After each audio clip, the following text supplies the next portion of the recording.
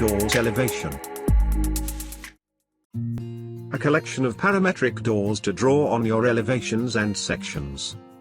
Commands are on a dialog box to make your selection easier. Select door from list or slide. Select door type and pick draw. All doors are drawn on a doors layer by following steps. Touch a reference point, upper left or right corner, lintel.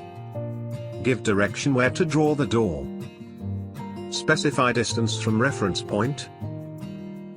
Type width and height of the door. Some commands have extra parameters and options to give more flexibility to your doors. Always read command prompt to give correct dimensions and options. Try out all types to see how easy it is to draw complicated doors, especially for scales 1 to 100 or 1 to 50.